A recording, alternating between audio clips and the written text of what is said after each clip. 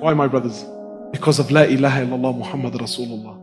This was the strength of Islam. See, my brothers, after one of the battles, Sahaba, now this may sound nice and pretty. You need to understand, Sahaba were like us. They made mistakes. There was hiccups, but they were men who were very quick to patch it up and fix it up. After one of the battles, there was a lot of booty of war. So Sahaba got together and now they're having what? Mashwara amongst one another. How are we going to distribute this? So each companion speaks his mind, and Abu Dharr, who was an Arab, a very staunch Arab, he gave his opinion. And then Bilal radiallahu ta'ala anhu, who used to be a black slave, when it got to Bilal says, Abu Dharr, look, I don't really agree with your opinion. I think this is what we should do. So Abu Dharr became so angry. He says, even you son of a black woman, even you're going to disagree with me? Big words. So Bilal got so cut, he picks himself up and he rushes to Rasulullah sallallahu alayhi wasallam. Let's pause here for a second. Let's speak the language of the boys now, yeah? As far as we're concerned on the street, what did Bilal do, bro? Going to Rasulullah to tell him what happened, according to our language, what did he do? He snitched, which is a itchay ogay amongst the boys, isn't it? See, my brothers, they didn't have the disease in the hearts that we have. Today, so that I don't snitch, I'll hate on the brother for the next 25 years, no problems.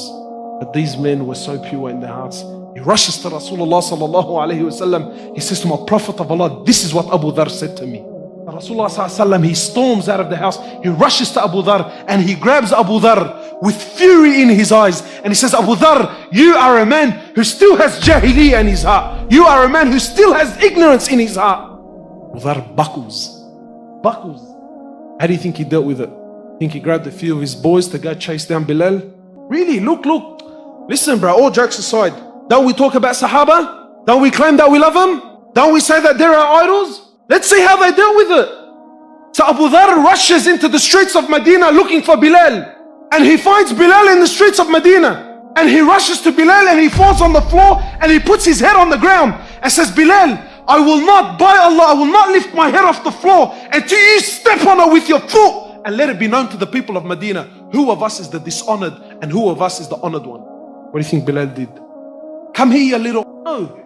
No. Then and there, it was finished, done, sealed, over. Gets down on the floor. He kisses Abu Dharr. He says, man, I forgive you for the sake of Allah, brother. Done, finished, dusted. Where's this love gone, bro? Where's this mahabbah gone? My brothers, all we have is each other, man. All we have is each other. Instead of loving on my brother, you know what I don't get? It used to be back in the days, like I understand the street wars, us and them and my area and your area and these boys and that boy. The poison has become so, now it's actually even in deen. Now it's in deen. Now it's this sheikh and his crew and that sheikh and this crew and this center and that center and this masjid and that masjid. Allahu Akbar, what's going on?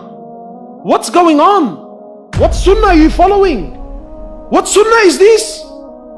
My brothers, we are brothers. We are brothers. Rasulullah sallallahu alaihi wasallam, he says that this ummah is one body. He says sallallahu alaihi wasallam, this ummah, look at the analogy he's giving sallallahu alaihi wasallam. He says this ummah is one body. If one part of the body hurts, who feels it? He says the whole body feels it. That brother who's a junkie selling crack and coke on the streets, yeah, we can sit here and badmouth him all day, but he's my brother and he's a part of this body, and when he hurts, I hurt. That sister who doesn't have her hijab on with 3-4 boyfriends, and yeah, we can all sit here and badmouth her and run our mouth. Yeah, look at this and look at that. And because she's from this part of this country, and because she's from here and she's from there, and her parents are this and her parents, we can do this all day long. But she's my sister and she's a part of this body. And when she hurts, I hurt. This is Islam. And this is how Sahaba dealt with one another. He says the ummah is like one body. When a part of that body hurts, the whole body stays up the night in fever and in pain. Look at the analogy. I want to ask you something, right? If I harm this pinky here, whatever, man, I fall on the floor, I break it, I cut it off, whatever, bro. This pinky here. What logic, what justice is there that because of this finger, right, this arm is deprived of sleep tonight? You know why? Because that finger is on this hand, and this hand is on this arm. This arm is attached to this body, and those other parts are also attached to the one body. This is what Rasulullah ﷺ is saying. سنريهم آياتنا في الآفاق وفي أنفسهم حتى يتبين لهم أنه الحق. When truth is hurled against falsehood, falsehood perishes, for falsehood is by its nature bound to perish. They, the disbelievers, want to extinguish the light of Allah with their mouths, but Allah will perfect His light even though the disbelievers hate it. It is He who sent His messenger with guidance and the religion of truth to prevail over all religions. And you see the people entering into the religion of Allah in multitudes.